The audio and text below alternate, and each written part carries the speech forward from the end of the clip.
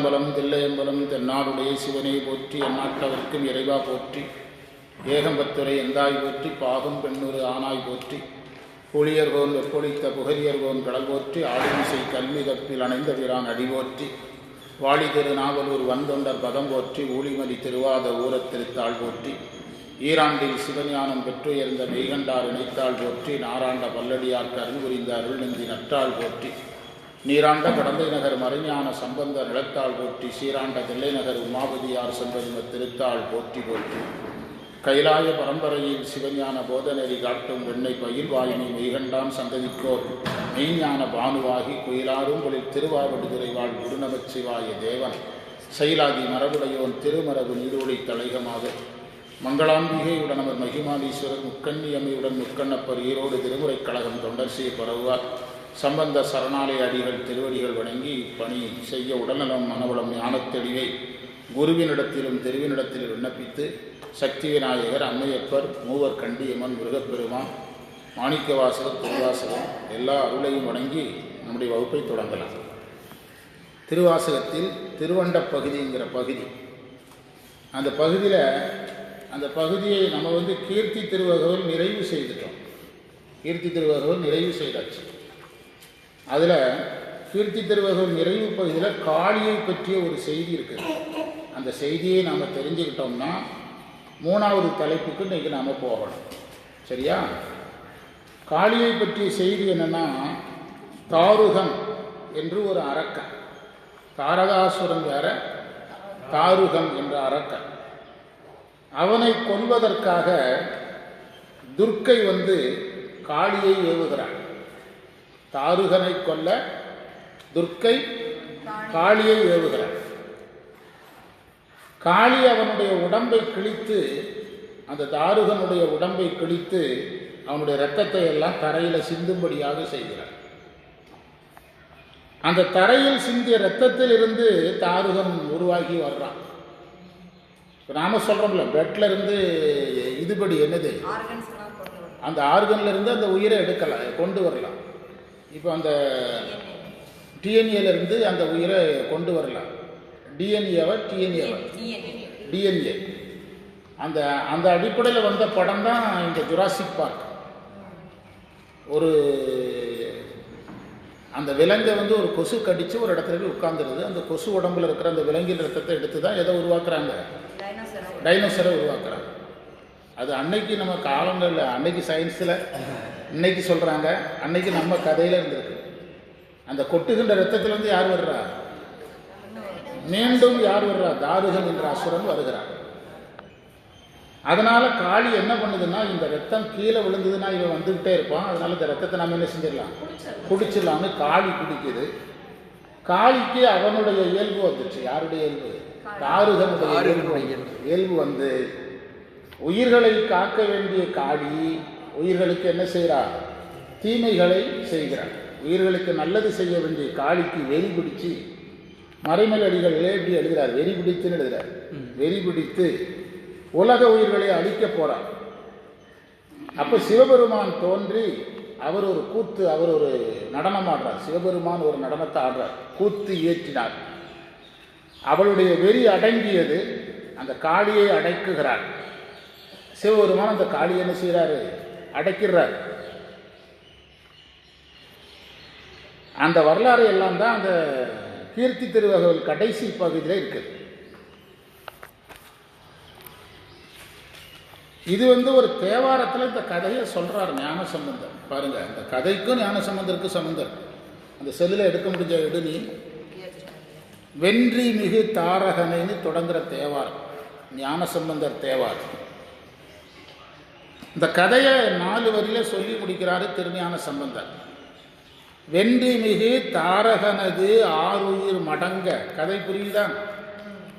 புரியலையா? பரவாயில்ல, புரியலன்னா பரவாயில்ல. மடங்க கன்றிவரு கோபமிகு காளி. கோபத்தில் யார் வர்றார்? காளி. கதம் ஓவ, அவளுடைய அந்த கோபம், கதம்னா கோபம், நீங்க நின்று நடம் ஆடி. இங்க இருக்குது பாருங்க. இந்த கதையை ஞானசம்பந்தர் தன்னுடைய தேவாரத்தில் பாடுறார். திருவையாறுல திருமுறை எண் 2ஆம் திருமுறை, அப்படிதானே? 2ஆம் திருமுறையில் 125வது பதிகம் தலைமுறையில் அதில் இந்த கதை இருக்குது. வென்றிமிகு 5வது மந்திரம், திருவையாறு 2ஆம் திருமுறை. 2ஆம் திருமுறையில் 32வது பதிகம், அதில் 5வது மந்திரம். வென்றிமிகு தாருகனது ஆறுயிர் மடங்க கன்றிவரு கோபமிகு காளிகதம் ஓவ நின்று நடம் ஆடியிடும் ஈடுமவர் மேலால் மன்றமலியும் பொழிற்கொள் வன் திரு ஐயாரே என்று பாடுறார். இன்னைக்கு நம்ம காலையில் நமக்கு தெரியாத எதையும் தெரிஞ்சாச்சு. ஒரு தேவாரமும் தெரிஞ்சுக்கிட்டோம், காளி கதமும் தெரிஞ்சுக்கிட்டோம், ஒரு தேவாரத்தையும் தெரிந்து கொண்டோம். சம்பந்தருடைய தேவாரத்தில் இதை முன்னுரையாக வைத்துக்கொண்டு நாம் 3வது பதிகத்துக்கு போக போகிறோம்.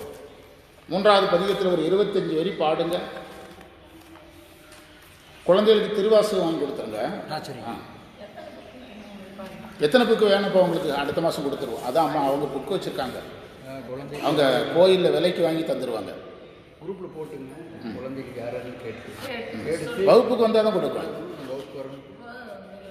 ஒரு 50 புக்கு எடுத்து வச்சு கொடுத்துருவாங்க. 2, 4, 6, 7 இப்போ 7 புக்கு வேணும் எங்களுக்கு. இப்போ இருக்க ஸ்டாண்டர்டு இவங்களுக்கு முதல்ல கொடுப்போம். அடுத்த மாதம் வந்தால் திரும்ப கொடுப்போம். இந்த புக் வரவு ரேஷனில் கரெக்டாக இருக்கணும். ரேஷனல் இவங்களுக்கெல்லாம் புக் உண்டு. ஆமாம், அவ்வளோதான். 2, 4, 6 அவங்க தேவார மாணவர். அந்த அம்மா அவங்க தேவார மாணவரா? சிவா வகுப்புக்கு அவங்க தேவாரம். அவங்க தமிழ் டீச்சர். அவங்க தமிழ் டீச்சர். யார்? United school. சரி. உங்கள்கிட்ட திருவாசகம் இருக்கா? என்ன சொல்கிறாங்க? புக்கில் கொண்டு வரீங்க? சரி, இல்லை யார்கிட்ட இல்லைனாலும் வாங்கிடுங்க. ஓகே. இந்த வகுப்பை அப்படி குழந்தைகள் வகுப்பாக மாற்றிடணும் சிவா. சரி. தேவாரம் படிக்கிற பயனை எங்கே அனுபவிக்கிற மாதிரி கொண்டு வரணும். பரிணாமம் ஆகிட்டே இருக்கணும். புரியுதா? பரிணாமம் ஆகிட்டே தேவாரம் படிக்கிற பயனை இங்கே அடையிற மாதிரி கொண்டு வந்துடணும். குழந்தைகளை பயிற்சி பண்ண வைக்கணும். கொஞ்ச நேரம் ஒருத்தருக்கு ஒரு பாட்டு பாட வைக்கணும், 4 படம் பேச வைக்கணும்.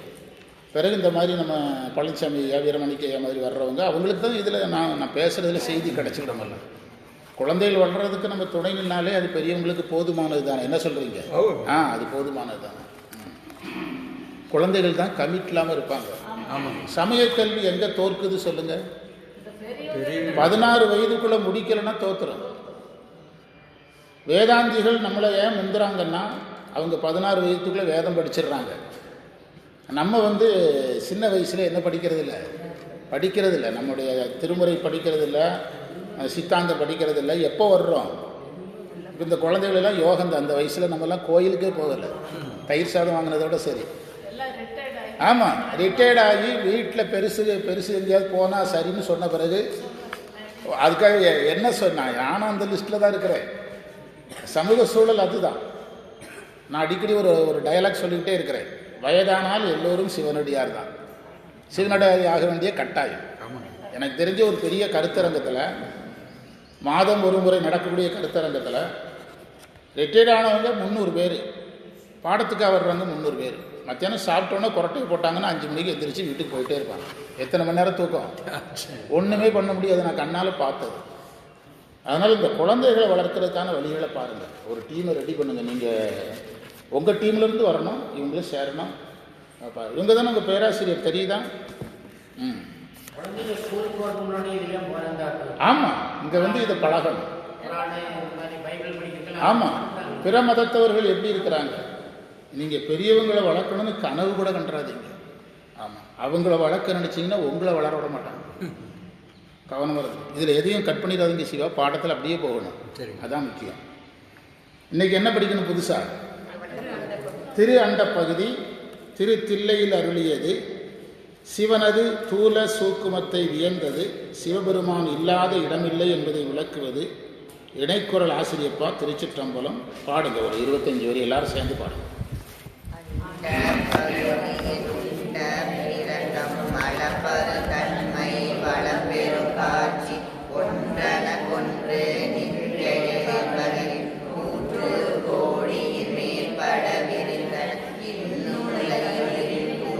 மணிப்புறைய சிறியவாக பெரியோர் தெரியும்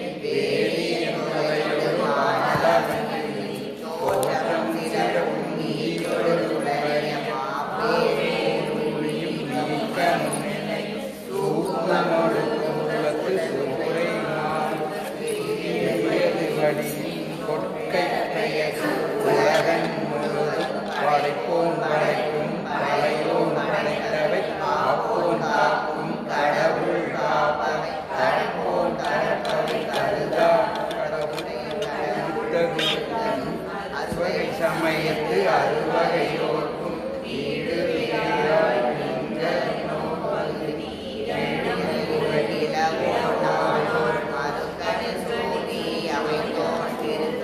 மதியில் தன்மை வைத்தோன் தின்கிரல் தீயில் வெண்மை செய்தோன் பொய்கி வானில் கலப்பு வைத்தோன் நேரது காலில் ஊக்கம் கண்டோன் நிழங்கி நீரில் இன்சுவை நிகழ்ந்தோன் வெளிப்பட் வைத்தோன் என்றென்று எனை பல கோடி எனை பல பிறவும் அனைத்தனைத்தவையும் அடைத்தோன் அத்தான்று. நிறைவு திருச்சிற்றம்பலம். பாடத்துக்கு போக போகிறோம். ஒவ்வொரு வரியாக பொருள் பார்க்க போகிறோம். வாங்க சிவா, வாங்க சிவா. என்ன குருவே போச்சு, குருவே போச்சு. வாங்க உட்கார். அண்டப்பகுதியின் பகுதி என்றால் பிரிவுன்னு அர்த்தம். அண்டம், அண்டங்களினுடைய பகுதி. பகுதினா பிரிவு, பகுதி பிரிவு. உண்டைனா உருண்டை. உருண்டைங்கிறது தான் உண்டைன்னு மாறுது. உலகம் உருண்டையா இருக்குங்கிறது சமீபத்தில் விஞ்ஞானிகளால் கண்டுபிடிக்கப்பட்டது. பள்ளிக்கூடத்தில் படிச்சிருப்பீங்க, அப்படிதானே? ஆனால் உலகம் உருண்டை என்பதை விஞ்ஞானிகள் சொல்வதற்கு பல ஆயிரம் ஆண்டுகளுக்கு முன்பே நம்ம முன்னோர்கள் சொல்லிட்டாங்க. இங்க பாருங்க, மாணிக்க வாசகரே உண்டைங்கிறார். உண்டைன்னு அர்த்தம் உருண்டைன்னு அர்த்தம். உருண்டையை உண்டை என்று கம்பரும் சொல்றார். உருண்டைன்னு சொல்லாமல் உண்டைங்கிறார் கம்பர். உருண்டைன்னு சொல்கிறார். அது கூலியினுடைய முதுகில் ஒரு களிமண் உருண்டைய அம்பு நுனியில் வச்சு ராமர் அடிக்கிறார் சின்ன வயசில். அங்கே உண்டைன்னு தான் எழுதப்பட்டிருக்கு. கூனியினுடைய எது போகிறதுக்கு.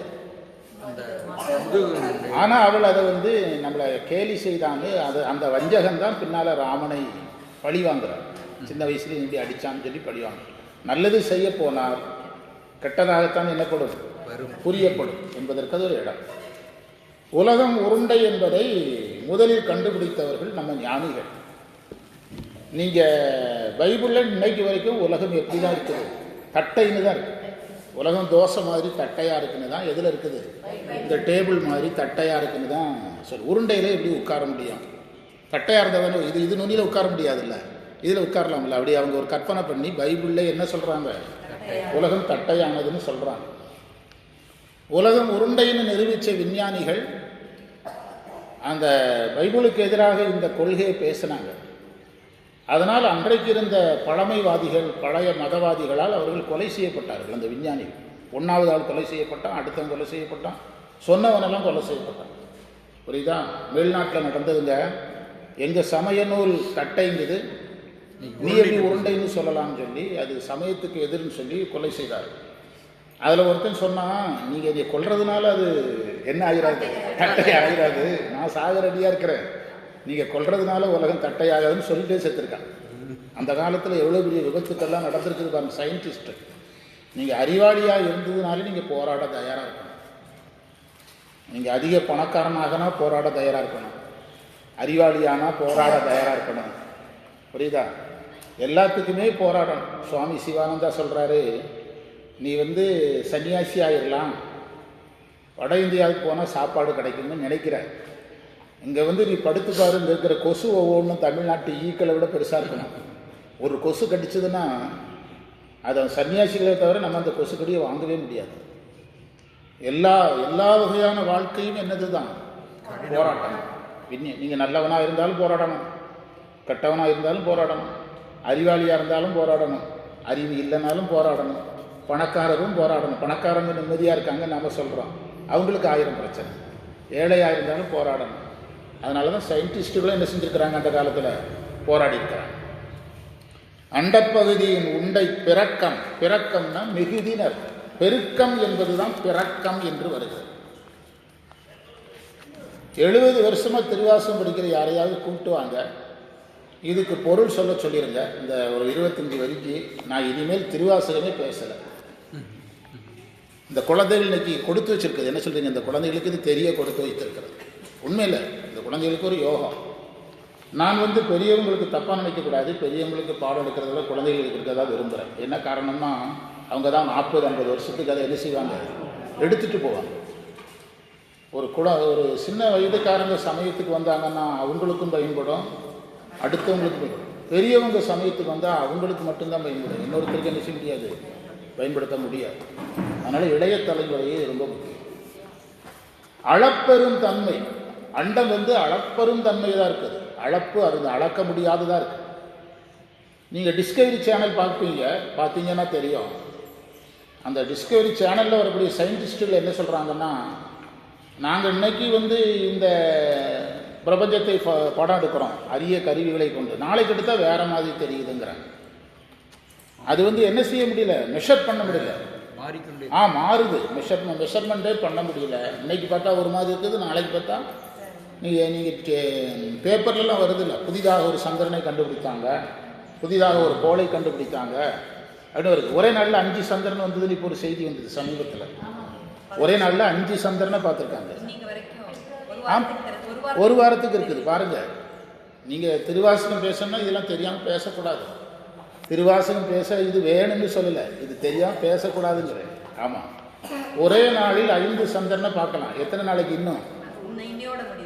இதை பிற சமயங்கள் சொல்லலை, நம்ம சமயத்தில் இதை ஒத்துருக்குறாங்க. அண்டங்கள் நிறையா, ஒவ்வொரு அண்டத்திலே ஒரு பிரம்மன், ஒரு மால் பிரம்மன். அந்த ஏரியாவுக்கு சந்திரனை தனியாக படிக்கிறாரு, அங்கே சூரியனை தனியாக படிக்கிறார் என்று என்ன செய்யப்பட்டிருக்கிறது, சைவத்தில் சொல்லப்பட்டிருக்கிறது. பெரிய ஆச்சரியம். அதனால தான் அளப்பெரும் தன்மையினார். என்ன செய்ய முடியல, அளக்க முடியல. இப்போ நீங்கள் ஒரு வீடுன்னா, இந்த வீட்டு 2200 சதுர அடி, ஹால் 10க்கு 18, சமையலறை 10க்கு 11, மெஷர் போட்டு முடித்து ஃபைல் போட்டு க்ளோஸ் பண்ணிடலாம். ஆனால் பிரபஞ்சத்தை எப்படி என்ன செய்ய முடியாது, அளக்க முடியாது. அளப்பெரும் தன்மை, வளப்பெரும் காட்சி. அதனுடைய காட்சிகள் வளப்பெரும் உடையதாக இருக்குது. வானத்தில் ஒரு இது வந்துச்சுன்னா, வானவில் வந்தால் எவ்வளோ ஆச்சரியமாக பார்க்குறோம், எவ்வளோ ஆச்சரியமாக பார்க்குறோம். யாரோ ஒருத்தர் அவருடைய சொந்த முயற்சியில் ஒரு ஓவியம் வரைந்தால் அதை நம்ம பார்ப்பதற்கு எடுத்துக்கொள்கிற நேரத்தை விட எது அதிகமாக இருக்குது, இயற்கையை நம்ம பார்க்குற நேரம் அதிகமாக இருக்குது. மலையை ரசிப்பது, மலைச்சாரலை ரசிப்பது, இயற்கையை ரசிப்பது, மழையை ரசிப்பது, மலையை ரசிப்பது, இதெல்லாம் மனித ஆற்றலுக்கு மேலே இருக்குது. அதனால தான் அளப்பெருந்தன்மை வளப்பெரும் காட்சினார். காட்சினா தோற்றம், வளப்பெரும் தோற்றமாக இருக்குது. இப்போ நம்ம கிராமங்களில் கண்காட்சி போடுறோம்னு போடுறாங்கல்ல, கண்காட்சின்னு போடுறாங்க. எத்தனை நாளைக்கு போடுறாங்க? ஒரு வாரத்துக்கு மேலே பார்க்க ஒன்றும் இல்லைல்ல. பிரபஞ்சம் அவங்க பிரபஞ்சம் முடிஞ்சுதா? ஆனால் இறைவனுடைய பிரபஞ்சம் நம்ம வீட்டு பெயிண்ட் அடுத்த வருஷம் ஒரு தடவை நல்ல பெயிண்ட் அடித்தா 7 வருஷத்துக்குங்கிறாங்க. 7வது வருஷம் தான் நம்ம வீட்டு கலர் மாறுது. ஆனால் ஆகாயத்தை பார்த்துக்கிட்டே இருங்க, ஸ்க்ரீன் மாற்றிக்கிட்டே இருக்கிறாரு. ஒரு தடவை பார்த்தா மயில் வந்த மாதிரி இருக்குது, ஒரு தடவை பார்த்தா பூனை வந்த மாதிரி இருக்குது, ஸ்க்ரீனை மாற்றிக்கிட்டே இருக்கிறாரு இறைவன். நினச்சி பாருங்க. ஒரே வரியில் சொன்னார் மாணிக்க வாசகர், அளப்பெரும் தன்மை வளப்பெரும் காட்சி. எவ்வளோ பெரிய விஷயம். அளப்பெரும் தன்மை வளப்பெரும் காட்சி, ஒன்றனுக்கு ஒன்று, ஒன்றுக்கு ஒன்று மிஞ்சுது. பகலில் சூரியனை பார்த்தா ஆச்சரியமாக இருக்குது, ராத்திரி சந்திரனை பார்த்தா ஆச்சரியமாக இருக்குது, நட்சத்திரத்தை பார்த்தா ஆச்சரியமாக இருக்குது, மலையை பார்த்தா ஆச்சரியமாக இருக்குது, ஆறை பார்த்தா ஆச்சரியமாக இருக்குது, வாய்க்காலை பார்த்தா ஆச்சரியமாக இருக்குது. ஒன்றொருக்கொன்று நின்றுனா மேம்பட்டு நின்று, ஒன்றுக்கொன்று குறையில்லை, ஒன்றுக்கொன்று மேம்பட்டு இருக்கு. ஒன்றை விட ஒன்று மிஞ்சுது, ஒன்றை விட ஒன்று மிஞ்சுது. இறைவன் படைத்த மரங்களை எல்லாம் பட்டியலிட்டு பார்த்தா அரச மரத்துக்கு ஒரு தனிச்சிறப்பு, ஆலமரத்துக்கு ஒரு தனிச்சிறப்பு, வேப்ப மரத்துக்கு ஒரு தனிச்சிறப்பு, புங்க மரத்துக்கு ஒரு தனிச்சிறப்பு. ஒரு மரம் இன்னொரு மரத்தை என்ன செய்ய முடியாது, அடிக்க முடியாது. ஒவ்வொன்றும் தனக்கு ஒரு தனிச்சிறப்போட இருக்குது. ஒன்றனுக்கொன்று நின்று எழில் பகிரில், எழில் என்பதற்கு இந்த இடத்துல எழுச்சின்னு அர்த்தம். இதில் எல்லாருக்கும் பெரியவங்க குழந்தைகள் எல்லாருக்கும் என்ன நன்மைனா, திருவாசகம் படிக்கிறதுல கலைச்சொற்கள் நிறைய, தமிழ் சொற்கள் எல்லாம் பழக ஆரம்பித்தோம். தமிழே வராதவங்க நிறைய பேர் நம்மகிட்ட வந்தாங்க. இங்கே தமிழ் வந்தது, அப்புறம் தமிழ் வந்தது, அப்புறம் தமிழ் வந்தவரை அவங்க போயிட்டாங்க. புரியுதா? தமிழ் வந்து அவங்க போயிட்டாங்க. இவங்க போக மாட்டாங்க, ஏன்னா இதே ஊருக்காரங்க போக மாட்டாங்க. தமிழ் வந்தது அதுக்கு போயிட்டாங்க. ஒரு தமிழே வராதவங்க கொரோனா காலத்தில் நம்ம நிகழ்ச்சியில் பேசுனாங்க, ஒன்றுமே தப்பு தப்பு தப்பு தப்புன்னு பேசுனாங்க, தமிழ் வந்தது பிறகு போயிட்டாங்க. தமிழ் நல்லா. ஒரு சின்ன உதாரணம் சொல்கிறேன். 85 பெரியவர் மெட்ராஸ் பக்கம் இருந்து ஃபோன் பண்ணுறாங்க. அண்ணாமலை பதிகத்தில் இப்போ நமக்கு பாடமாக இருக்குது. அண்ணாமலை பதிகம் பூவார் மலர் கொண்டு அந்த பதிகத்தில் பூவார் மலர் கொண்டு அடியார் தொழுவர் புகழ்வார் வானோர்கள் அந்த தேவார பதிகத்தில் அட்டமாலின்னு ஒரு வார்த்தை இருக்குது. அட்டமாளி நீங்கள் நினைக்கிறீங்க ஒரே ஒரு வார்த்தை நினைக்கிறீங்க, அந்த பதிகத்தில் பின்னால் இருக்குது. இட்டில் எதுகை மோனை வர்ற பதிகம் அட்டமாளி அப்படின்னு ஒரு வார்த்தை இருக்குது. இருக்கா? நீ பார்த்தியா? நீங்கள் இனிமேல் வரும்போது தேவாரம் கொண்டு வந்திருக்க, திருவாசகம் நாங்கள் தந்துடுறோம். தேவாரம் திருவாசகம் ஒரு நோட்டு பேரான் பிடிக்கலாம், எந்திரிச்சு போயிட்டு வந்து உட்காந்துக்கலாம், ஒன்றும் சொல்ல மாட்டோம். இங்கே நிறைய விதிகள் உண்டு, யாருக்கு கிடையாது. உங்களுக்கு வீட்டில் கூப்பிட்டாங்களா போயிட்டு வரலாம், வந்துட்டு போகலாம், போயிட்டு வரலாம், ஒரு என்ன வேணாலும் பண்ணிடலாம், எந்த விதிகளும் கிடையாது. அதுக்காக இவர் பேசிகிட்டு இருக்கிறாரு எப்படா எந்திரிக்கிறது அப்படிலாம் யோசிக்க வேண்டியதில்லை. தோணிச்சா எந்திரிச்சு போயிரு, தோணிச்சா வந்துடும். அண்ணாமலை பதிகம் பூவார் மலர் கொண்டு அடியார் தொழுவார் வானோர் புகழ்வார். அந்த வானோர் அட்டமாளினா என்ன? அங்கே உரை சொல்லும்போது மலைச்சாரலில் சிங்கங்கள் வரும் அப்படின்னு இருக்குது. மலைச்சாரலில் சிங்க ஏறு வரும்னு உரை சொல்லியிருக்காங்க. அட்டமாளி அட்டமாளி கிளிக்கு போடுற அடி. மலைச்சாரில் சிங்கம் வருங்கிறாங்க. உரையாசிரியர் சொல்றாரு அட்டன்னா குறுக்காலன்னு பொருள் சொல்றாரு. ஆமா, எங்க இருக்குது?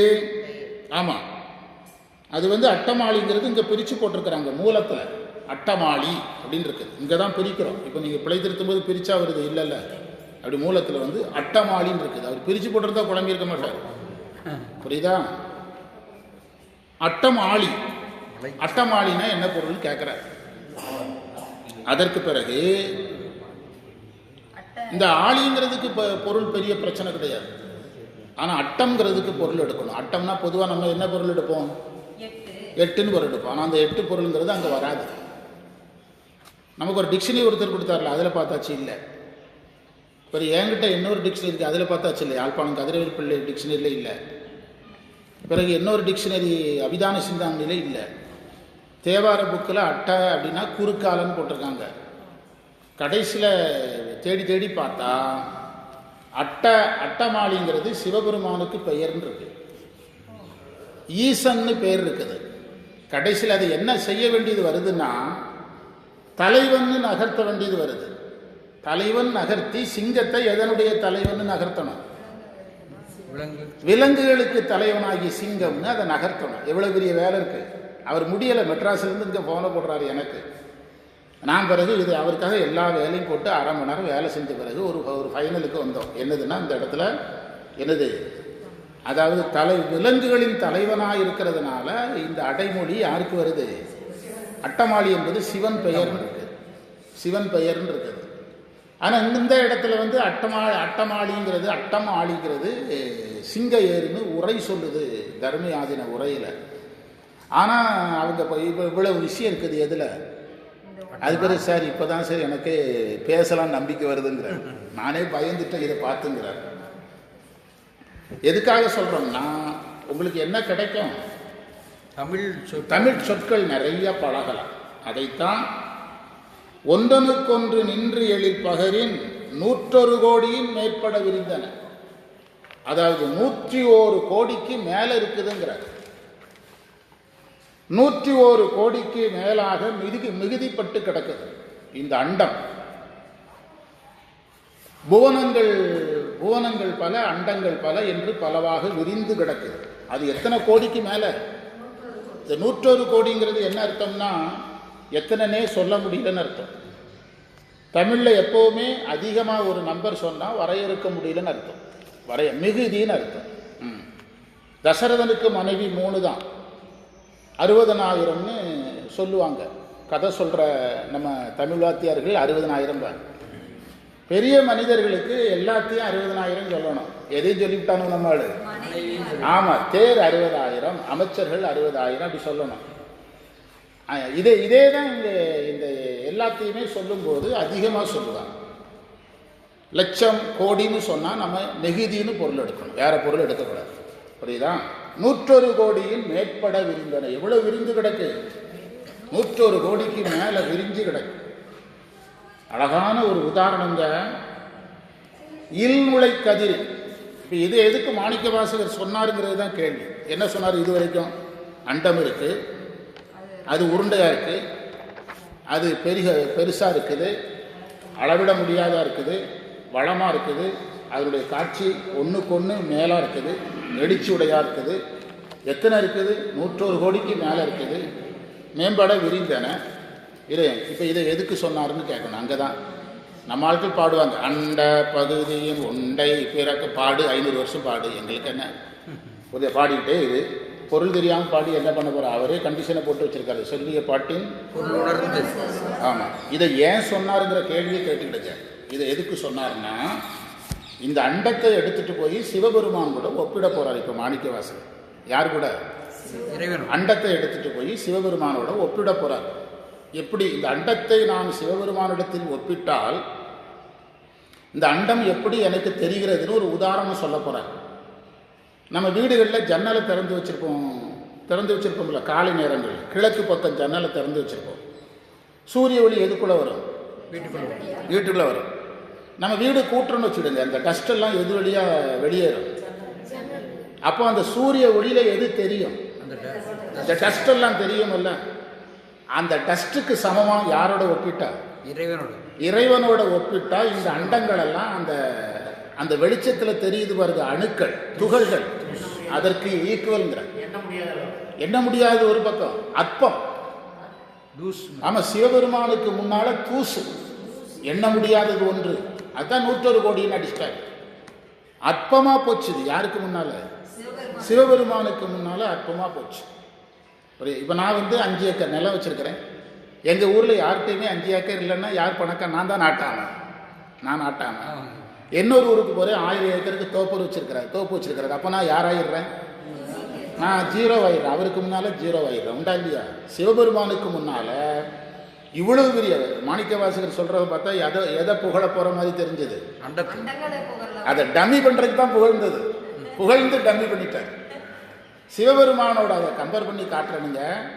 இல் பாருங்க, இல் வீடு, நுழை வீட்டுக்குள்ள நுழையிற. இப்படி உலகத்தில் தமிழ் மொழியில் சொல்றது மாதிரி வேற எங்கேயுமே சொல்லவே முடியாது, மறந்துடாதீங்க. வீட்டுக்குள்ள நுழையிற கதிர், சூரிய ஒளி வீட்டுக்குள்ள நுழையுது. துகள், துண் அணுப்புறைய. துண்ணணுப்புறையன்னா அணுக்கள்னா துகள்கள்னு அர்த்தம். இந்த இடத்துல அந்த வீட்டுக்குள்ள நிறைய துகள் வருது. அதுல ஒரு துகளுக்கு சமம் இந்த பிரபஞ்சம் முழுவதும். சயின்டிஸ்ட் சொல்றாங்க பாருங்க, அது ஏதோ வானமா இருக்கலாம், நிலமா இருக்கலாம், ஆகாயமா இருக்கலாம், வானத்துக்கு மேல இருக்கலாம், கீழே இருக்கலாம், எங்க இருந்தாலும் சரி, யாருக்கு சிவனோடு ஒப்பிட்டால் எதற்கு சமம்? ஒரு தூசிக்கு சமம். என்னுடைய கால் தூசிக்கு பெறமாட்டான்னு சொல்றோம்ல, அது சிவபெருமான் ஒருத்தர் தான் சொல்லலாம், வேற யாரும் சொல்லக்கூடாது. எவ்வளவு பெரிய உதாரணம். இல்நுழை கதிரின் துண்ணணு புறைய. புறையன்னா போலன்னு அர்த்தம். தமிழ்ல போலன்னா ஓம உருகுன்னு சொல்லுவோம். இந்த குழந்தைகளெல்லாம் நோட்ஸ் எடுத்து இங்கே வாசித்து காட்ட சொல்லுவோம். வாசித்து காட்டிங்கன்னா பரிசு கொடுப்போம். இவங்க கொடுக்குற பரிசு வேறங்க, நாங்கள் கொடுக்குற பரிசு வேற. உங்களுக்கு மட்டும் 2 பரிசு திருவாசகத்துக்கு வந்தா. ஆமாம், புரியுதா? ரெடியாங்க. நீங்கள் வளர்ந்தீங்கன்னா அதை விட சந்தோஷம் வேறு ஒன்றும் கிடையாது. ஒருத்தராக வந்தாங்க, அதை சொல்லுங்க. அதுக்காகத்தானுங்க வகுப்பை போட்டது. அதாவது கோயில் கும்பாபிஷேகத்துக்கு நம்ம யாரும் பாடக்கூடாது. யாரு தான் பாடணும்? நம்மலாம் அடிஷனல் தான். இந்த குழந்தைகள் பஞ்சபுராணம் பாடும். அதுதான் இந்த வகுப்பினுடைய நோக்கம். ஆமாம், திருவாச வகுப்பு போட்டதே அதுக்காகத்தான். திருவாச வழியாக கூப்பிடும்போது கிடைக்கல, எது வழியாக வந்திருக்காரு? இல்நுழை கதிரின் துண்ணணு புறையன்னா ஓம உருவு. சிறியவாக பாருங்க, நான் சொன்னது வருதான் பாருங்க. சிறியவாக பெரிய சேர்த்து சொல்லணுங்க. இல்நுழை கதிரின் துண்ணணு புறைய சிறியவாக பெரியோன். எது சிறியவாக? யார் பெரியோன்? அண்டங்கள் சிறிசாகுது. பெரியோன் தெரியும்னா ஆராய்ந்தால். எல்லாத்தையுமே ஆராய்ச்சி பண்ண சொல்றாரு மாணிக்கவாசகர். ஆராய்ந்தால் வேதியன் தொகையோடு, வேதியன் என்பது பிரம்மதேவனுக்குரிய ஒரு பெயர். பிரம்மதேவனுக்கு என்ன வேலை? படைத்தல் தொழில். படைத்தல் தொழில் பிரம்மதேவனுக்குரிய பணி. பிரம்மனுக்கு என்ன வேலைன்னு கேட்டால் என்ன சொல்லணும்? படைத்தல். வேதியன் தொகையோடு, தொகைனா கூட்டம், தொகைனா கூட்டம். அதாவது நாம ஒரு பிரம்மன் படைக்கிறான், ஒரு திருமால் காப்பாற்றுறாரு, ஒரு ருத்திரன் அழிக்கிறாருன்னு நினைக்கக்கூடாது. புவனங்கள் அண்டங்கள் மாற மாற அங்கங்க தனித்தனி பிரம்மன், தனித்தனி திருமால் இருப்பாங்க, அங்கங்க தனித்தனியாக இருப்பாங்க. இப்போ நீங்கள் வித்யா தத்துவத்தை யாரே தான் படைச்ச, வித்யா தத்துவத்துக்கு யார் தலைவராக வர்றாரு? அனந்த தேவர் வர்றாரு. அதுக்கு தனியாக பிரம்மதேவர், அதுக்கு தனியாக திருமால் இருப்பார். எந்த தத்துவத்துக்கு? வித்யா தத்துவத்துக்கு. அதனால வேதியன் தொகோடு மாலவன் மிகுதியும், நிறைய பிரம்மர்கள் நிறைய திருமால்கள் ஒரே நேரத்தில் இருப்பாங்க, ஒவ்வொரு அண்டங்கள்லையும் தனித்தனியாக இருப்பாங்க. மிகுதியும் தோற்றமும் படைக்கப்படுகிறது. பிரம்மன் படைக்கிறார். சிறப்பு யார் காப்பாற்றுறார்? மால் காப்பாற்றுறார். ஈற்றோடு ருத்ரன் அதை என்ன செய்கிறாரு? ஒடுக்குகிறார். ஈற்றோடு உலகம் படைக்கப்படுகிறது, உலகம் காக்கப்படுகிறது, உலகம் ஒடுக்கப்படுகிறது. ஈற்றோடு புணரிய, புணரிய என்றால் உடைய, ஈற்றோடு புணரிய மாப்பேர் ஊழியும் படைக்கப்படுது, காக்கப்படுது, ஒடுக்கப்படுது, ஊழிக்காலம் வந்துடுது. அதுதான் நம்ம சைவ சித்தாந்தத்தில் படிக்கிறோம். படைக்கப்படுகிறது, காக்கப்படுகிறது, ருத்திரனால் ஒடுக்கப்படும் போது என்ன காலம்னு சொல்கிறோம்? பேரூழி காலம்னு சொல்கிறோம். இப்போ நம்ம பள்ளிக்கூடத்துக்கு போகிறோம். நானே பள்ளிக்கூடத்தில் 30 வருஷம் தமிழ் டீச்சராக இருந்தேன். தமிழாசிரியர் எத்தனை வருஷம் இருந்தேன்? 30 ஆண்டுகள். தனியாரிடத்தில் 12 வருஷம், அரசுகிட்ட 18 வருஷம் இருந்திருக்கிறேன். இப்போ பள்ளிக்கூடத்தில் என்ன செய்கிறோம்? ஜூன் மாதம் பள்ளிக்கூடத்துக்கு வர சொல்கிறோம். பிறகு காலாண்டு லீவுன்னு மினிமமாக ஒரு லீவ் விடுறோம், ஒரு சின்ன லீவ் விடுறோம். அதுதான் ஒரு குடை சம்ஹாரம், ஒரு என்னது ஏகதேச சம்ஹாரம். பிரபஞ்சத்தில் கொஞ்சம் அடிப்பாங்க. பிறகு அரையாண்டுன்னு ஒரு லீவ் விடுறோம். முழு ஆண்டு லீவு லாங் லீவாக விடுறோமில்ல, அதே மாதிரி இந்த உலகத்தையும் இறைவன் ஒரு முறை என்ன செய்வார்? உலகம் முழுவதையும் ஒடுக்கி உயிர்களுக்கு ஓய்வு கொடுப்பார். இறைவன் உலகத்தை அழிப்பது எதற்காக? ஓய்வு கொடுக்கறதுக்கு. ஸ்கூலில் எதுக்கு லீவ் விடுறாங்க? போய் போர் அடிச்சுட்டு, பள்ளிக்கூடத்துக்கு போய் போர் அடிச்சு போச்சுது, அதனால லீவ் விடுறாங்க. எங்களுக்கெல்லாம் நான் டீச்சராக இருந்தாலுமே லீவ் எப்படா விடுவேன் இருக்கும். ஏன்னா அவ்வளவு வேலைகள், ரெஸ்ட் கிடைக்காதான் இருக்கும். இந்த மழை காலத்தில் டிவியில் பிரேக்கிங் நியூஸ் வரும்ல, இன்று திருப்பூர் மாவட்டம் லீவு, அது வருதான்னு பார்த்துக்கிட்டே இருக்கும். எங்கள் வீட்டில் கேட்பாங்க, ஒரு மாணவன் மாதிரி ஆயிட்டீங்க அப்படிம்பாங்க. ஸ்கூல் பையன் மாதிரி பார்க்குறீங்க. ஏன்னா அவ்வளவு வேலை வரும், ஏன்டா விடமாட்டாங்களான்னு இருக்கும். ஆமாம், இந்த பையன் இப்போ இவங்க வந்த பஸ்ஸு, அவர் என்னுடைய ஸ்டூடெண்ட்டு. அவன் ஏதாவது ஒரு குறை என்ன சொல்ல சொல்லியிருந்த, என்கிட்ட படிக்கிற சைவர்களெல்லாம் இனி என்னெல்லாமோ சொல்கிறாங்க. ஆமாம், அவன் அவ்வளோ ஒரே ஒரு குறை சொல்ல சொல்லியிருந்தான். எத்தனை கிராமத்து பசங்க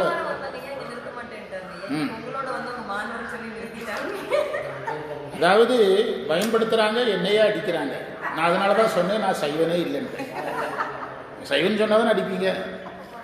அப்போ அந்த பிரேக்கிங் நியூஸ் வராதான் இருக்கும். எங்கள் வீட்டில் கேட்பாங்க, ஸ்கூல் பையன் மாதிரி ஆகிட்டீங்க. எங்கள் டிபார்ட்மெண்ட்டில் ஒரு ஜோக் உண்டு. ஒருத்தர் நான் பள்ளிக்கூடத்துக்கு போக மாட்டேங்கிறாரு. அம்மாக்கிட்ட நான் பள்ளிக்கூடத்துக்கு போகலைங்கிறாரு. இல்லை நீ போயிரு, அதான் நல்லதுங்கிறாங்க. இல்லை எனக்கு போக பிடிக்கலைங்கிறாரு. இல்லை போயிரு, அதுதான் நல்லதுன்னு அம்மா சொல்லி பார்க்குது. கடைசியில் சொல்லிச்சது, நீ போயிரு, ஏனென்றால் நீ தான் அந்த பள்ளி தலைமை ஆசிரியர். சொன்னவரே யாரு? ஹெச்எம்க்கே பள்ளிக்கூடத்துக்கு போக பிடிக்கல. ஏன்னா அவ்வளோ டியூட்டி. நான் அந்த டிபார்ட்மெண்ட்டுக்கு நாங்கள் வரும்போது பாடம் நடத்துகிற வேலை மட்டும்தான் வரும். இப்போ 20க்கும் மேற்பட்ட ஒர்க்குகள் யார் மேலே வந்திருக்குது? ஆசிரியர். இப்போ அரசுக்கிட்ட கேட்டிருக்கிறாங்க, அதுக்கு நீங்கள் தனியாக ஆள் கொடுங்கன்னா அரசு அதற்கான முயற்சியில் இருக்குது. பாடம் நடத்துறதை தவிர வேறு எல்லா வேலையும் வர்ற மாதிரி இப்போ வந்துட்டு அதனால் ஆசிரியர் அப்படி இதில் இருக்கிறார், ஸ்ட்ரெஸ்ஸில் இருக்கிறார். ஸ்ட்ரெஸ், மன அழுத்தத்தில் உள்ளாகிறாருன்னு சொல்கிறாங்க. நான் சொல்லலை, பத்திரிக்கையில் போடுறாங்க. ஆமாம், நிறைய விஎஸ் வாங்குறாங்க. அது காரணம் அதுதான். அப்போ நாங்கள் என்ன செய்தோம்னா, நான் இங்கே பூலாங்கனர் இருக்குதுல்ல, பிரீமியர் ஸ்கூல்னு ஒரு ஸ்கூல் இருக்குது. அதுக்கு பின்னால் ஒரு விவசாய தோட்டம், ராசு கவுண்டர்னு ஒரு கவுண்டருடைய தோட்டம். அவர் ஃபேமிலி தான் இந்த பிரீமியர் மில்லுக்கு லேண்டு கொடுத்தது. நம்ம ஆர்கே ஐயா இருக்கிறார்ல, அவருடைய சொந்த மச்சினை. அவங்க ஃபேமிலி தான் எதற்கு லேண்டு கொடுத்தது, பிரிமிரில் அந்த ஸ்கூலுக்கு லேண்டு கொடுத்தது. லேண்டு கொடுத்து அந்த லேண்டில் இவங்க என்ன செய்தாங்க, பிரிமியர் மில் இல்லை, அந்த பிரிமியர் பக்கத்தில் இருக்கிற ஸ்கூலை சொல்கிறேன், பூலாங்கனர் கவர்மெண்ட் ஸ்கூலை சொல்லிகிட்டு இருக்கிறேன். பூலாங்கனர் கவர்மெண்ட் ஸ்கூல். அந்த நிலம் அவங்களுக்குடையது, கட்டடம் அரசாங்கத்துக்கு. அரசாங்கம் கட்டடம் கட்டினா நம்ம உரிமை கொண்டாட முடியாது. கட்டடமும் நம்ம கட்டினா தான் நம்ம பேர் போடுவாங்க. அதுக்கெல்லாம் அரசு விதிகள் இருக்கு. அதுக்கு பின்னால் ஒரு ஹாஸ்டல், அங்கே நான் இருந்தேன். இந்த ஊருக்கு வேலைக்கு வருவது, நான் சொல்கிறதெல்லாம் ஒரு 25-30 வருட வரலாறு. அதுக்கு முந்தி நடந்தது. ஹாஸ்டலில் இருப்போம், எப்படா வீட்டுக்கு போகணுன்னு இருப்போம். லீவ் விட்ட உடனே என்னமோ நமக்கு பெரிய சுதந்திரம் கிடச்ச மாதிரி இருக்கும். அந்த பூலாங்கடல் மெயின் ரோட்டில் வந்து பேக்கெட்டில் டீ குடிப்போம். ஊருக்கு பணம் அனுப்புறதுக்கு அங்கே ஒரு பேங்க் இருக்குது, பிரிமியர் மில் பேங்க். அந்த மில் பேங்கில் போய் பணத்தை வந்து வீட்டுக்கு அனுப்புவோம். பிறகு ஏதாவது புது படங்கள் வந்தால், அந்த வயசு சின்ன, ரொம்ப நான் சொல்கிறது 30 வயசுக்கு முன்னால் இல்லை, புது படங்கள் வந்தால் நண்பர்கள் போனாங்கன்னா படத்துக்கு போகிறவங்க போவாங்க, நாங்களும் விருப்பம் இருந்தால் போவோம். நான் சொல்ல வந்த செய்தி ரொம்ப முக்கியம்.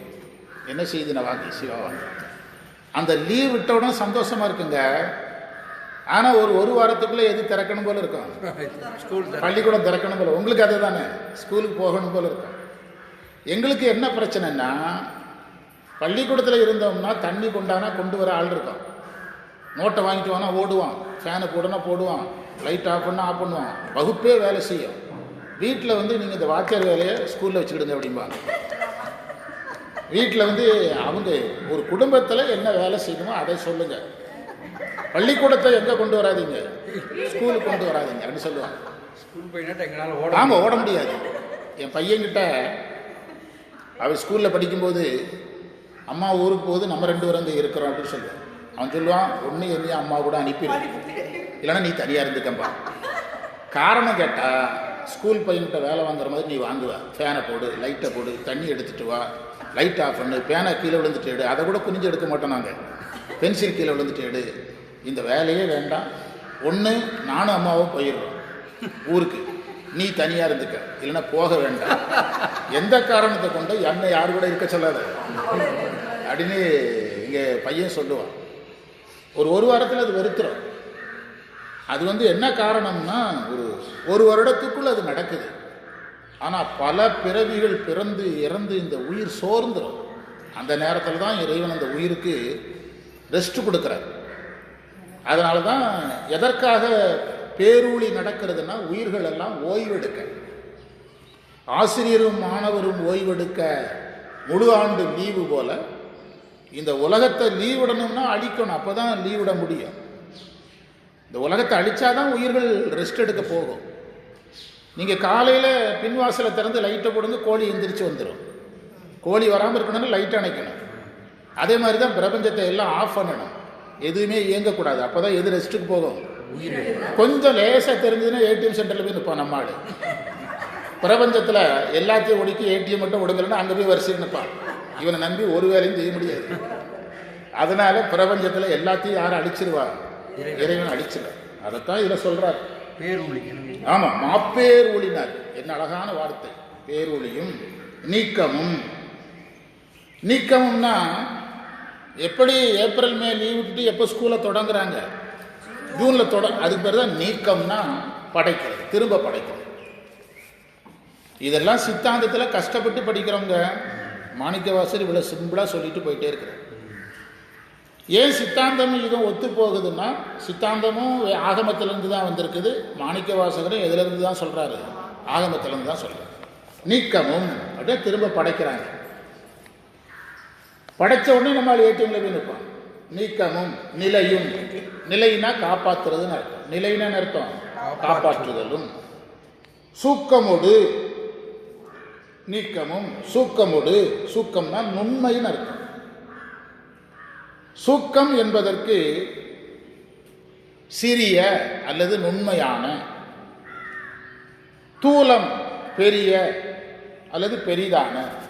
இந்த பதிகத்துக்கே தலைப்பே அதுதானே. இறைவனுடைய சூக்குமத்தையும் பருமையும் சொல்றாருன்னு ஹெட்டிங் போட்டிருப்பாங்க பாருங்க. அதாவது வள்ளலாருக்கு ரொம்ப பிரபஞ்ச ரகசியம் பேசுகிற ஒரு முக்கிய பதிகம் திருவாசகத்தில் இது. வள்ளலாருக்கு ரொம்ப பிடிச்சது எது, இந்த பதிகம். இதைத்தானே பேசணும் மகாலிங்க காலேஜில். வள்ளலார் இந்த பதிகத்தில் ஒரு இடத்துல வள்ளலாருக்கு இந்த பதிகத்தில் ஒரு இடத்துல சந்தேகம். யாருக்கு? வள்ளலாருக்கு.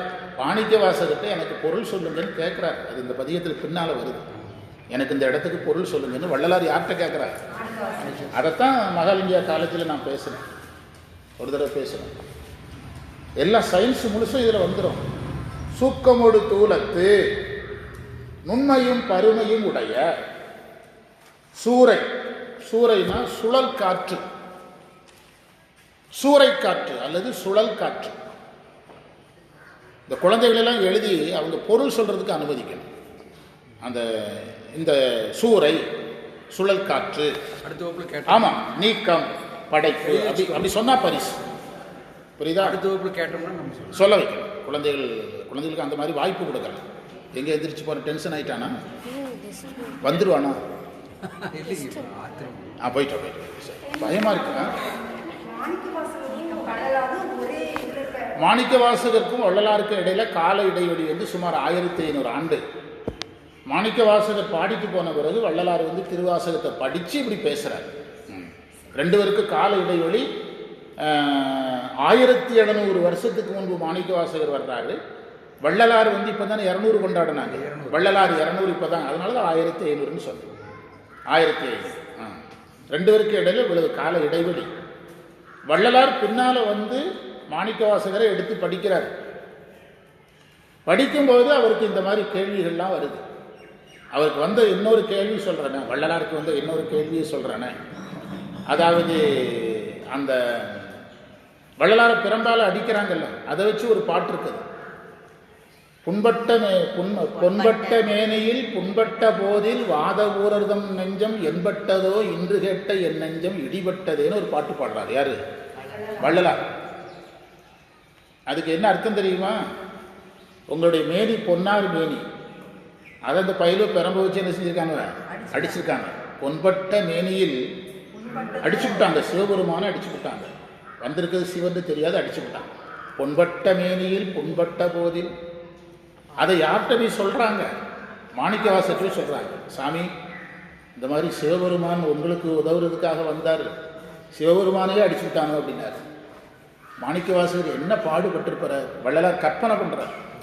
நம்ம இன்னொருத்தையும் பட்ட பாட பற்றி எதுவுமே நினைக்கிறது இல்லை. யாராவது ஒரு சோக கதையை சொன்னா கூட வேற கவனத்தில் இருந்து, அப்புறம் என்ன சினிமா ரஜினி பட கதையா சொல்லிட்டு ஒரு ஃபீலிங் இல்லாமல் கேட்பானுங்க நம்மளுக்கு. ஒரு பெரிய சோக கதையை சொல்லி பாருங்க, ஃபீலிங் இல்லாமல் வேற சிந்தனையில் உட்காந்து அப்படிம்பாங்க. அந்த ஃபீலிங் இல்லை. ஆனால் வள்ளலார் பாருங்க, வள்ளலார் மாணிக்க வாசகருக்கு அடி விழுந்ததை 1500 வருஷத்துக்கு பிறகு நினைச்சு பார்க்க. சிவபெருமான் அடி விழுந்தது, சிவரும் அடி விழுந்தது. இதை கேள்விப்பட்ட மாணிக்க வாசகர் என்ன பாடுபட்டது, அதை நான் 1500 வருஷம் கழிச்சு நினைச்சு பார்க்குறேன். நெஞ்சில இடி விழுந்த மாதிரி இருக்குங்கிறார். பொன்பட்ட மேனி புண்பட்ட போது வாத ஊரர் தன் நெஞ்சம் என்பட்டதோ இன்று கேட்ட என் நெஞ்சம் இடிபட்டதே. எப்படி இருக்குது வள்ளலார்? இதான் வள்ளலார். அதனாலதான் வாடிய பயிரை எல்லாம் வாடி அப்படின்னு சொல்றது. புரியுதா? மாப்பேர் ஒளியும் நீக்கம நிலையும் சூக்கமோடு தூலத்து. தூலம் சூறை. சூறைன்னு அர்த்தம் சுழல் காற்று. சுழல் காற்று, சூறை காற்றுன்னு சொல்றோம்ல. நம்ம ஊர்ல சூரன்னு சொல்லுவோம், அது வேற. குளிக்காதவனை பார்த்து சொல்லுவான் சூறை. தூலத்து சூறை மாருதம். மாருதம்னா காற்று. ஆஞ்சநேயருக்கு என்ன பேரு? மாருதி. இப்படியெல்லாம் புரிய ஆரம்பிக்கும். நிறைய பள்ளிக்கூடத்திலேயே நிறைய விஷயம் புரிய ஆரம்பிச்சோம். இப்போ இவங்க பள்ளிக்கூடத்தில் இவன் முக்கியமான பையன், 13 வயசு தான் ஆகுது. எஸ்கேபி பள்ளியில் படிக்கிறான். அவங்க ஸ்கூலில் நல்லா பாடுறவன், நல்ல விவரம் தெரிஞ்சவன்னு வச்சுருக்கிறாங்க. கொஞ்சம் அவங்க திருத்தணும், அது கொஞ்ச நாள் ஆகும். இது செதுக்கு திடீர்னு தூங்கிடுவான். புரியுதா? அதனால் அது மனித இயல்பு தானே, அது என்ன பண்ண முடியும்? அவன் ஆகிடக்கூடாது இல்லை. அதாவது நம்ம குருகுலத்துக்கு யாரெல்லாம் கெட்டது செஞ்சாங்களோ அவங்களெல்லாம் சாமி படிக்க விடலை. படிச்சிருந்தா இப்போ பெரிய ஆபத்தாக இருக்கும். நினச்சி பாருங்க, படிச்சிருந்தா பெரிய ஆபத்தாக இருக்கும். அவங்களெல்லாம் யார் படிக்க விடலை? இறைவன். சாமி படிக்க விடலை, மறந்துடாதீங்க. குதிரைக்கு குணம் அறிஞ்சுதான் கொம்பு வைக்கலை அப்படிம்பாங்க கிராமங்களில். அதனால இவனை கொஞ்சம் செதுக்கணும். சூறை மாறுதத்துனா என்ன அர்த்தம்? சூறை காற்று. சூறை மாறுதத்து 1700 தெரியது வழியில், கரெக்டு தானே? தெரியது வழியில் தானே? எரியது வழியில். எரியதுன்னா வீசுறதுன்னு அர்த்தம். காற்று வீசுதுன்னு சொல்றீங்களாங்க. எனக்கு தெரிஞ்சு இதுக்கு யாரும் உரை சொல்லி நான் கேட்டதே இல்லை, அவன் சொல்லி புரிஞ்சதும் இல்லை. எனக்கு சந்தேகம் இல்லை. நம்ம முதல்ல சாமி கிட்ட பேசணும், சதுரகிரியில் பேசணும். ஆமாங்க, பெரிய பெரிய விஞ்ஞானிகள்லாம் இருந்தாங்க, இவரை காணாமல் போயிட்டாங்க. சதுரகிரியில் பேசணும். எரியதுன்னா எரியறது, காற்று வீசுறதுங்க. கல்லை எரியறதுன்னு சொல்றீங்கல்ல, அதுமாதிரி காற்று வீசுறது. எரியது வழி, வழினா காற்று. காற்றுக்கு இன்னொரு பேரு வழி.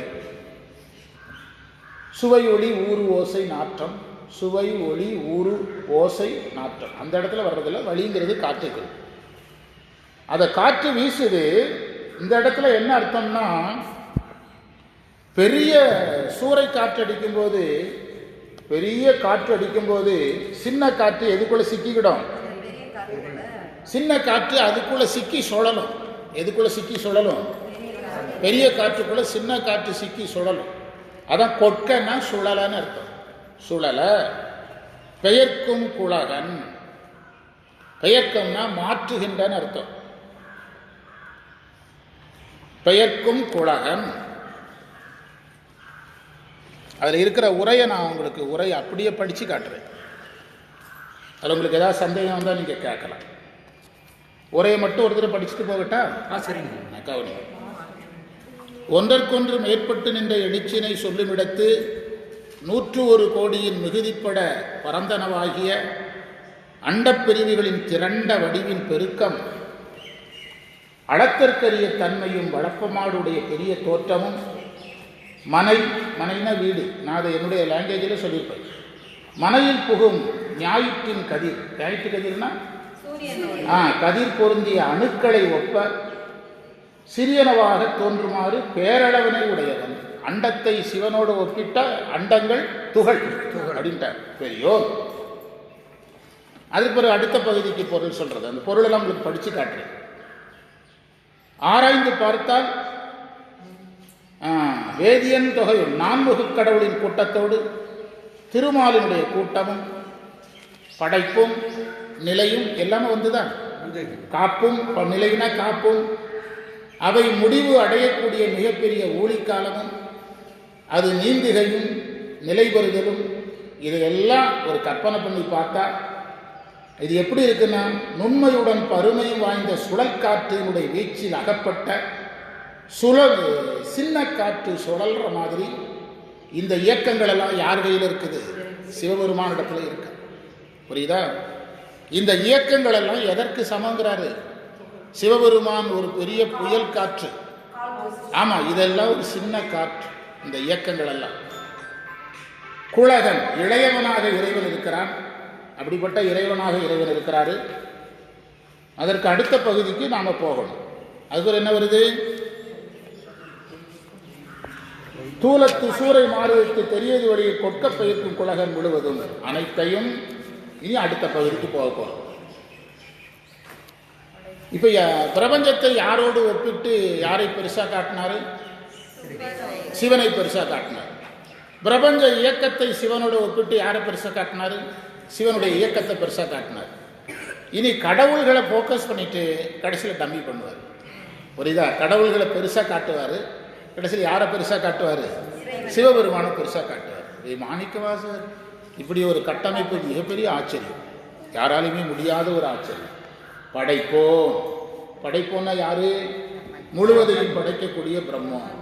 படைப்போம் படைக்கும் பழையோம். பிரம்மனை அவர் படைக்கிறதுனால அவர் பழையவனா இருக்கிறார். இப்போ நாம பெதப்பம்பட்டியில் பஸ் ஏறுறோம்னா டிரைவர் அந்த பஸ்ஸில் எங்கே உட்காந்துருக்கணும்? சுமார் உடுமலைப்பேட்டையிலாவது எதில் உட்கார்ந்துருந்துருக்கணும். அப்போ தானே பெதப்பம்பட்டியில் நம்மளே ஏற்ற முடியும். பிரம்மனுக்கு முன்னால் யார் இருக்கிறார்? சிவபெருமான் இருக்கிறார். நாங்கள் புறப்படுற பஸ் எடுக்க வீரமணிக்கும் கூட இருந்தார். பஸ் எடுக்க கண்டக்டர் இல்லை அப்படிங்கிறாங்க. ஒருத்தர் பின்னால் வந்துட்டு முன்னால் உட்கார்ந்துருக்கிறாருங்கிறார். ஒரு விஷயம் உறுதி, டிரைவர் வண்டி எடுத்தால் யார் இருக்கிறான்னு அர்த்தம், கண்டக்டர் உறுதியாக இருப்பார். இன்னும் எங்கேயாவது வந்து ஏறுவார். ஆமாம், வண்டி போகும், வண்டி போகும். அதுதான். ஆமாம், சிலர்களை விட்டுட்டு போயிடுவாங்கன்னு வேற சொல்றாரு. இதில் வேற இது கூட ட்ரை பண்ணாங்க. அதாவது உடுமலைப்பேட்டையில் டிக்கெட்டை போட்டு ஏற்றி விட்டுறது, திருப்பூரில் இறக்கி விட்டுற வேண்டியது. திருப்பூரில் டிக்கெட்டை போட்டு ஏற்றி விட்டுருவாங்க, உடுமலைப்பேட்டையில் இறக்கி விட்டுறது யார் கிடையாது. அப்படி கொஞ்ச நாள் பஸ் ஓட்டு. இப்போ இல்லையா? அது இப்போ இல்லை, கொண்டு வந்தா இங்கே டெய்லி நடக்குதா? டிரைவர் கீழே இறங்கிடுவார், பசங்களும் ஏறினவரு அவருக்கு ஏறக்கு இடம் இருக்காது. வண்டியை எடுத்துட்டு போயிடும். பார்த்தீங்களா? முன்னாடி ஒரு பைக் பிடிச்சி குடிமக்கள் போய் பாருங்க, ரெகுலராக நடக்கும். இதையெல்லாம் நீங்கள் கவனிச்சிங்கன்னா தான் உலகம் புரியும். சைவத்தில் எங்கே தோற்றம்னா எல்லா சமயங்களும் அவங்க சமய நூலை மட்டும் பேசினா போதும். சைவம் பிரபஞ்ச ரகசியம், கோள்கள் ரகசியம், மனித வாழ்க்கை ரகசியம், குடும்பத்தில் இருக்கக்கூடிய சிக்கல்கள் எல்லாத்தையும் பேசுறதுனால எது தெரியாமல் பேசி பிரயோஜனம் இல்லை. எல்லாம் தெரிஞ்சாதான் சைவம் பேச முடியும். அது முடியாதவர்கள் இந்த பயணத்தில் பெரிய அளவில் சாதிக்க முடியாது. அவங்கள ஏதோ நம்ம வச்சுக்கலாமே தவிர சாதிக்க முடியாது. இப்போ நாங்கள் இந்த சதுரகிரி மகாலிங்கசாமி கோயிலுக்கு போயிருந்தோம். அந்த திருநீலகண்ட குயவனார் சமூகத்தை சேர்ந்தவங்க குரு பூஜை வச்சுருக்கிறாங்க. திருநீலகண்ட குயவனாருக்கு அவங்க முன்னால் பேசணும். அந்த குயவனார் சந்நிதியில் நின்று கொஞ்ச நேரம் பேசிட்டு பிறகு தனியாக பேச போயிட்டோம். நல்ல கூட்டம். சாமி ஒரு 15 நிமிஷம்னாரு. நாங்கள் ஒரு 40-50 நிமிஷம் பேசணும். அதை நான் உங்களுக்கு பதிஞ்சு தாரேன். உங்கள் வீட்டில் வச்சு லைட்டாக ஆரம்பித்தா நீங்கள் அதை அவ்வளோ நம்ம வேறு பாடத்துக்காக வந்ததுனால முடியலை. அவங்களுக்கு ஏற்றபடி நல்லா சொல்லிக் கொடுத்தேன். அதை சொல்லிக் கொடுக்கறதுக்கு உலகியல் தெரிஞ்சால் தானே சொல்ல முடியும். அது சொல்லிக் கொடுக்கறதுக்கு என்ன தெரியணும்? உலகியல் தெரியும். அவங்க சொல்கிறாங்க, திருநீலகண்ட குயவனார் சிவனடியார்களுக்கு என்ன கொடுத்தாங்க? திருவோடு கொடுத்தாங்க. இப்படியே எத்தனை வருஷம் சொல்லிகிட்டு இருப்பீங்கன்னு கேட்டேன். இப்படியே எத்தனை வருஷம் சொல்லிகிட்டு இருப்பீங்க, எதையாவது நீங்கள் கொடுங்கங்க அப்படின்னு. இது வரைக்கும் யாரும் சொல்லியிருக்கோம். அதனால தான் எல்லாருக்கும் முறைச்சி பார்க்குறாங்க. வந்தவங்க இப்படியே தமிழ் வார்த்தைகளுக்கு இப்படியே ஆர்டர் போட்டுட்டு நம்மளை சிக்க வச்சுருவானோ போல. சிவனடியார்களுக்கு ஏதாவது செய்யுங்க, உங்கள் சொத்தை எழுதி வைக்க சொல்லலை. ஏதோ ஒன்று திருவோடு கொடுத்தா யாரும் வாங்க மாட்டாங்க. ஒரு மண்பானையில் தண்ணியாவது கொடுங்க அப்படின்னு. ஒரு அகல் விளக்கு சைஸ்லையாவது ஒரு திருவோடு செஞ்சு வீட்டில் வச்சு கும்பிடுங்க. இப்படி ஒரு 10-20 அட்வைஸ் பண்ணி அவங்களே பெரிய ஆட்கள் ஜென்ஸ் எல்லாம் சுருண்டுட்டாங்க. சிவனடியார்களுக்கு இந்த தண்ணி பானை. ஆமாம், பானை கொடுங்க. டேப் எல்லாம் போட்டு ஒரு பானையை சிவனடியாருக்கு செஞ்சு ஃப்ரீயாக கொடுங்க. அதில் ஒருத்தர் சிவனடியார்னு சொல்லி இவனுடைய வீட்டில் கொண்டு வாங்கி வச்சுருவாங்க. பயந்து வேற யாருக்கும் கொடுக்கக்கூடாது, யாருக்குன்னாலும் கொடுங்க. அவர் என்ன வைக்கிறாருன்னு அதுக்கு சொல்லி இவனுடைய வாங்கிட்டு போயிடுவாங்க போல அப்படின்னு. யாருக்கு வேணாலும் கொடுங்க. அவங்களுக்கு ரொம்ப ஆச்சரியப்பட்டாங்க. அடியார்களுக்கு நிறைய செய்யணும். ஆமாம். அதில் அந்த வரலாறு தெரிஞ்ச ஒரு அம்மா ரொம்ப ஆச்சரியமாக சொல்லிச்சு. எங்களுக்கு இது வரைக்கும் இது யாருமே சொல்லி தரல. நான் ஒரு கேள்வி கேட்டேன், அவங்களே அசந்துட்டாங்க. தில்லை வாழ் அந்தணர்தம் அடியார்க்கும் அடியேன், திருநீலகண்டத்து குயவனார்க்கடியேன் பாடுறாருல. அந்த திருநீலகண்டத்து குயவனாருக்கு அடியேன்னு பாடுறாரு. தில்லைவாழ் அந்தணர் தொகையடியார், திருநீலகண்டத்து குயவனுடைய தனியடியார். அப்படியானால் திருத்தொண்ட தொகை எதில் தான் தொடங்கு? தனியடியாரில் யார் தான் முதலாளி? திருநீலகண்டம். உங்கள் சொந்தக்காரர் தானுங்க முதலாளி அப்படின்னு.